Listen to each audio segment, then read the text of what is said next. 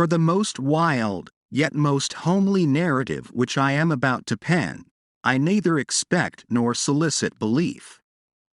Mad indeed would I be to expect it, in a case where my very senses reject their own evidence. Yet, mad am I not, and very surely do I not dream. But tomorrow I die, and today I would unburden my soul. My immediate purpose is to place before the world, plainly, succinctly, and without comment, a series of mere household events. In their consequences, these events have terrified, have tortured, have destroyed me. Yet I will not attempt to expound them. To me, they have presented little but horror. To many they will seem less terrible than barracks. Hereafter, perhaps, some intellect may be found which will reduce my phantasm to the commonplace. Some intellect more calm, more logical, and far less excitable than my own, which will perceive, in the circumstances I detail with awe, nothing more than an ordinary succession of very natural causes and effects. From my infancy I was noted for the docility and humanity of my disposition. My tenderness of heart was even so conspicuous as to make me the jest of my companions. I was especially fond of animals, and was indulged by my parents with a great variety of pets. With these I spent most of my time, and never was so happy as when feeding and caressing them.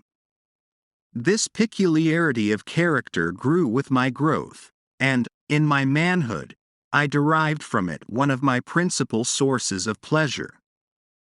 To those who have cherished an affection for a faithful and sagacious dog, I need hardly be at the trouble of explaining the nature or the intensity of the gratification thus derivable.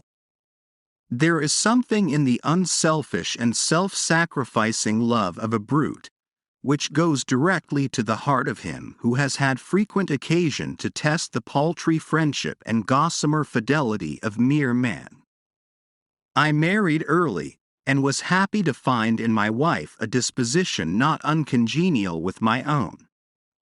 Observing my partiality for domestic pets, she lost no opportunity of procuring those of the most agreeable kind.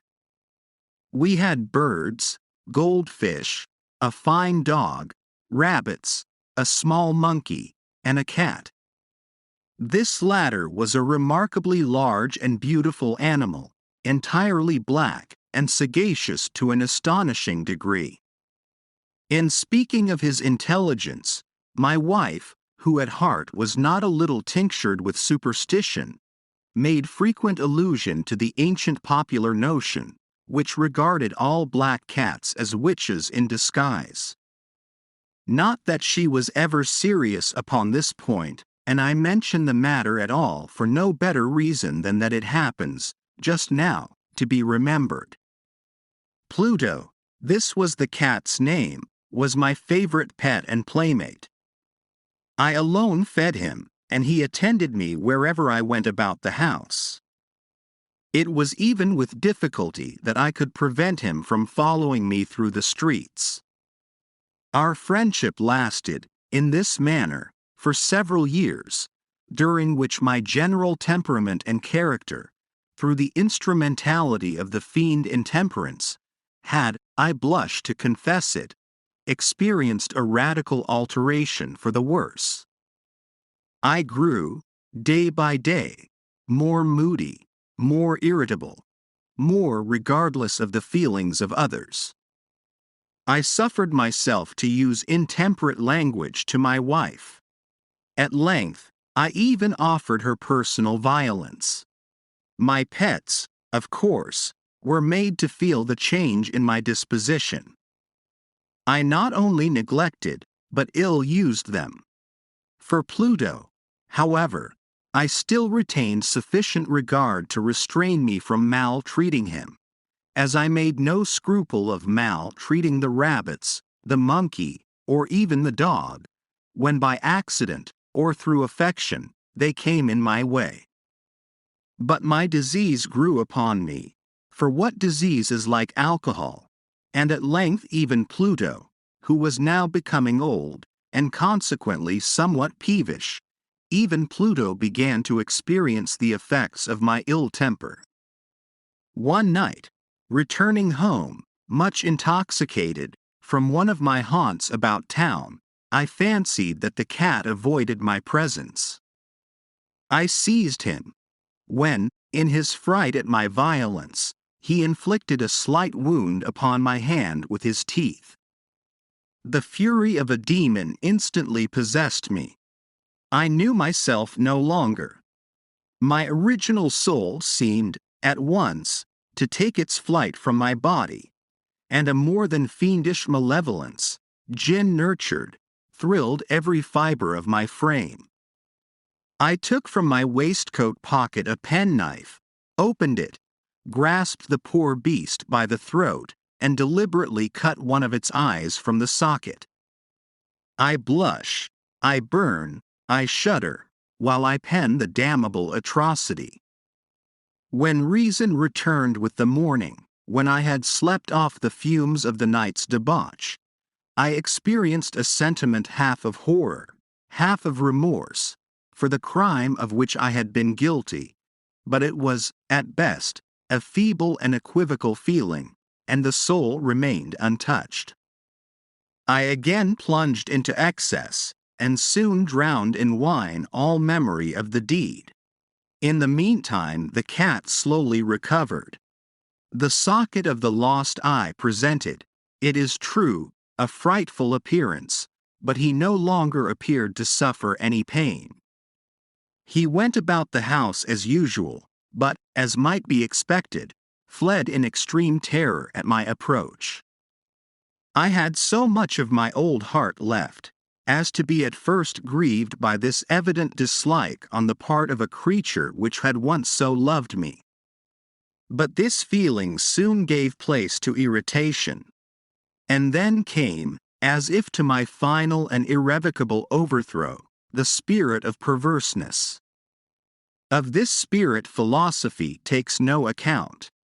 Yet I am not more sure that my soul lives, than I am that perverseness is one of the primitive impulses of the human heart, one of the indivisible primary faculties, or sentiments, which give direction to the character of man. Who has not, 100 times, found himself committing a vile or a silly action, for no other reason than because he knows he should not? Have we not a perpetual inclination, in the teeth of our best judgment, to violate that which is law, merely because we understand it to be such? This spirit of perverseness, I say, came to my final overthrow. It was this unfathomable longing of the soul to vex itself, to offer violence to its own nature, to do wrong for the wrong's sake only, that urged me to continue and finally to consummate the injury I had inflicted upon the unoffending brute. One morning, in cool blood, I slipped a noose about its neck and hung it to the limb of a tree. Hung it with the tears streaming from my eyes, and with the bitterest remorse at my heart. Hung it because I knew that it had loved me, and because I felt it had given me no reason of offense. Hung it because I knew that in so doing I was committing a sin, a deadly sin that would so jeopardize my immortal soul as to place it, if such a thing were possible, even beyond the reach of the infinite mercy of the most merciful and most terrible God. On the night of the day on which this cruel deed was done, I was aroused from sleep by the cry of fire. The curtains of my bed were in flames. The whole house was blazing. It was with great difficulty that my wife, a servant, and myself made our escape from the conflagration. The destruction was complete. My entire worldly wealth was swallowed up, and I resigned myself thenceforward to despair.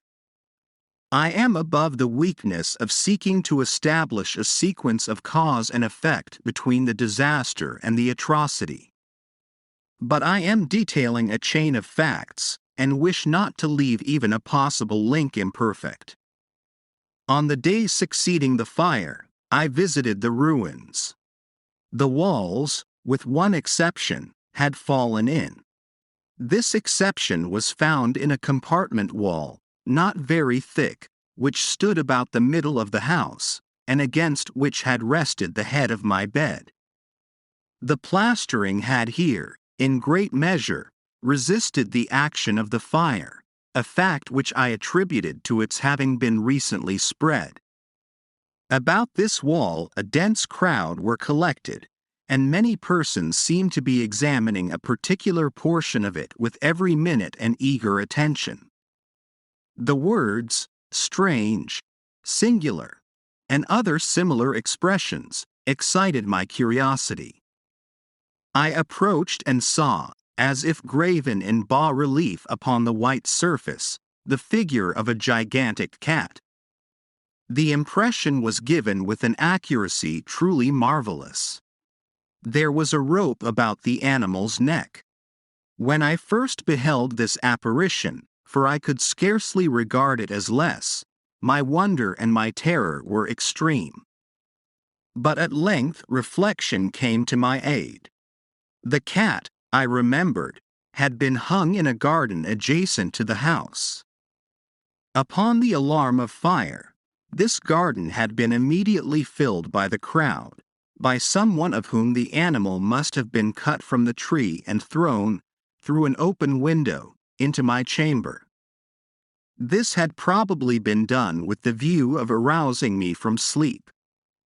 The falling of other walls had compressed the victim of my cruelty into the substance of the freshly spread plaster, the lime of which, with the flames and the ammonia from the carcass, had then accomplished the portraiture as I saw it. Although I thus readily accounted to my reason, if not altogether to my conscience, for the startling fact just detailed, it did not the less fail to make a deep impression upon my fancy.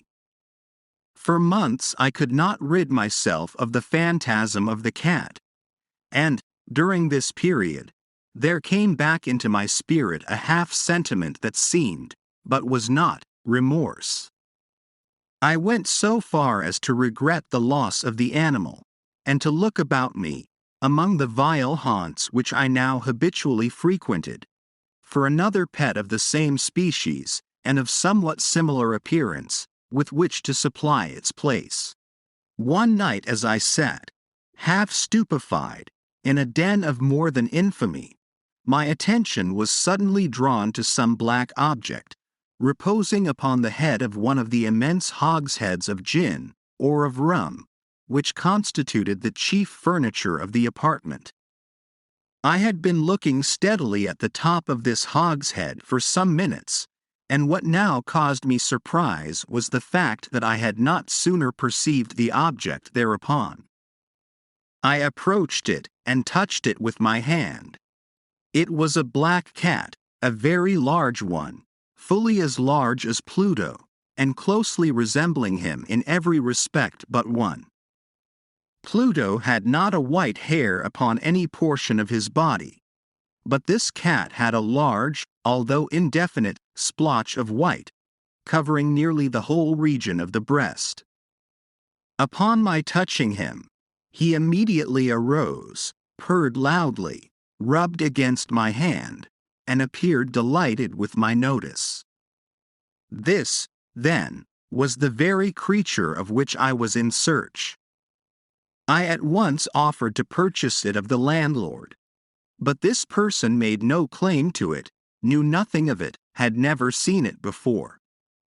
I continued my caresses, and when I prepared to go home, the animal evinced a disposition to accompany me.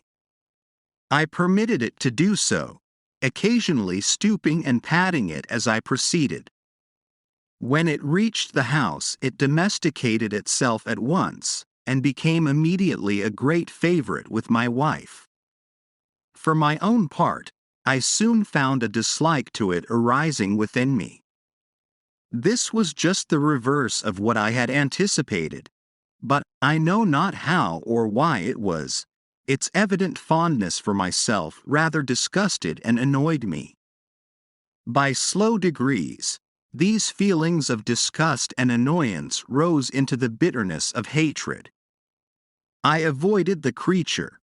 A certain sense of shame, and the remembrance of my former deed of cruelty, preventing me from physically abusing it.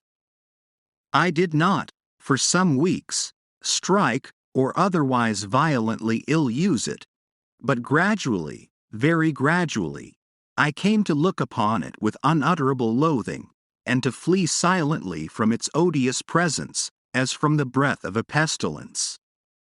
What added, no doubt, to my hatred of the beast, was the discovery, on the morning after I brought it home, that, like Pluto, it also had been deprived of one of its eyes. This circumstance, however, only endeared it to my wife, who, as I have already said, possessed, in a high degree, that humanity of feeling which had once been my distinguishing trait, and the source of many of my simplest and purest pleasures. With my aversion to this cat, however, its partiality for myself seemed to increase. It followed my footsteps with a pertinacity which it would be difficult to make the reader comprehend. Whenever I sat, it would crouch beneath my chair, or spring upon my knees, covering me with its loathsome caresses. If I arose to walk, it would get between my feet, and thus nearly throw me down, or, fastening its long and sharp claws in my dress, clamber, in this manner, to my breast. At such times, although I longed to destroy it with a blow, I was yet withheld from so doing, partly by a memory of my former crime, but chiefly, let me confess it at once, by absolute dread of the beast. This dread was not exactly a dread of physical evil, and yet I should be at a loss how otherwise to define it. I am almost ashamed to own, yes, even in this felon's cell, I am almost ashamed to own, that the terror and horror with which the animal inspired me had been heightened by one of the merest chimeras it would be possible to conceive. My wife had called my attention, more than once, to the character of the mark of white hair, of which I have spoken, and which constituted the sole visible difference between the strange beast and the one I had destroyed. The reader will remember that this mark, although large, had been originally very indefinite, but, by slow degrees nearly imperceptible, and which for a long time my reason struggled to reject as fanciful, it had, at length, assumed a rigorous distinctness of outline. It was now the representation of an object that I shudder to name, and for this, above all, I loathed and dreaded, and would have rid myself of the monster had I dared. It was now, I say, the image of a hideous, of a ghastly thing, of the gallows. Oh, mournful and terrible engine of horror and of crime, of agony and of death. And now was I indeed wretched beyond the wretchedness of mere humanity. And a brute beast, whose fellow I had contemptuously destroyed, a brute beast to work out for me, a man, fashioned in the image of the high God, so much of insufferable woe. Alas! Neither by day nor by night knew I the blessing of rest any more. During the former the creature left me no moment alone, and, in the latter, I started, hourly, from dreams of unutterable fear, to find the hot breath of the thing upon my face, and its vast weight, an incarnate nightmare that I had no power to shake off, incumbent eternally upon my heart. Beneath the pressure of torments such as these, the feeble remnant of the good within me succumbed. Evil thoughts became my sole intimates, the darkest and most evil of thoughts. The moodiness of my usual temper increased to hatred of all things and of all mankind, while, from the sudden, frequent, and ungovernable outbursts of a fury to which I now blindly abandoned myself, my uncomplaining wife, alas, was the most usual and the most patient of sufferers. One day she accompanied me, upon some household errand, into the cellar of the old building which our poverty compelled us to inhabit. The cat followed me down the steep stairs, and, nearly throwing me headlong, exasperated me to madness. Uplifting an axe, and forgetting, in my wrath, the childish dread which had hitherto stayed my hand, I aimed a blow at the animal which, of course, would have proved instantly fatal had it descended as I wished. But this blow was arrested by the hand of my wife. Goaded, by the interference, into a rage more than demoniacal, I withdrew my arm from her grasp and buried the axe in her brain. She fell dead upon the spot, without a groan. This hideous murder accomplished, I set myself forthwith, and with entire deliberation, to the task of concealing the body. I knew that I could not remove it from the house, either by day or by night, without the risk of being observed by the neighbors. Many projects entered my mind. At one period I thought of cutting the corpse into minute fragments and destroying them by fire. At another, I resolved to dig a grave for it in the floor of the cellar. Again, I deliberated about casting it in the well in the yard, about packing it in a box, as if merchandise, with the usual arrangements, and so getting a porter to take it from the house. Finally, I hit upon what I considered a far better expedient than either of these. I determined to wall it up in the cellar, as the monks of the Middle Ages recorded to have walled up their victims. For a purpose such as this, the cellar was well adapted. Its walls were loosely constructed, and had lately been plastered throughout with a rough plaster, which the dampness of the atmosphere had prevented from hardening. Moreover, in one of the walls was a projection, caused by a false chimney, or fireplace, that had been filled up and made to resemble the rest of the cellar. I made no doubt that I could readily displace the bricks at this point, insert the corpse, and wall the whole up as before, so that no eye could detect anything suspicious. And in this calculation I was not deceived. By means of a crowbar I easily dislodged the bricks, and, having carefully deposited the body against the inner wall, I propped it in that position, while, with little trouble, I relaid the whole structure as it originally stood. Having procured mortar, sand, and hair, with every possible precaution, I prepared a plaster which could not be distinguished from the old, and with this I very carefully went over the new brickwork. When I had finished, I felt satisfied that all was right. The wall did not present the slightest appearance of having been disturbed. The rubbish on the floor was picked up with the minutest care. I looked around triumphantly, and said to myself, "Here at least, then, my labor has not been in vain." My next step was to look for the beast which had been the cause of so much wretchedness, for I had, at length, firmly resolved to put it to death.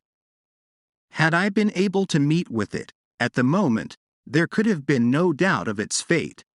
But it appeared that the crafty animal had been alarmed at the violence of my previous anger, and forbore to present itself in my present mood.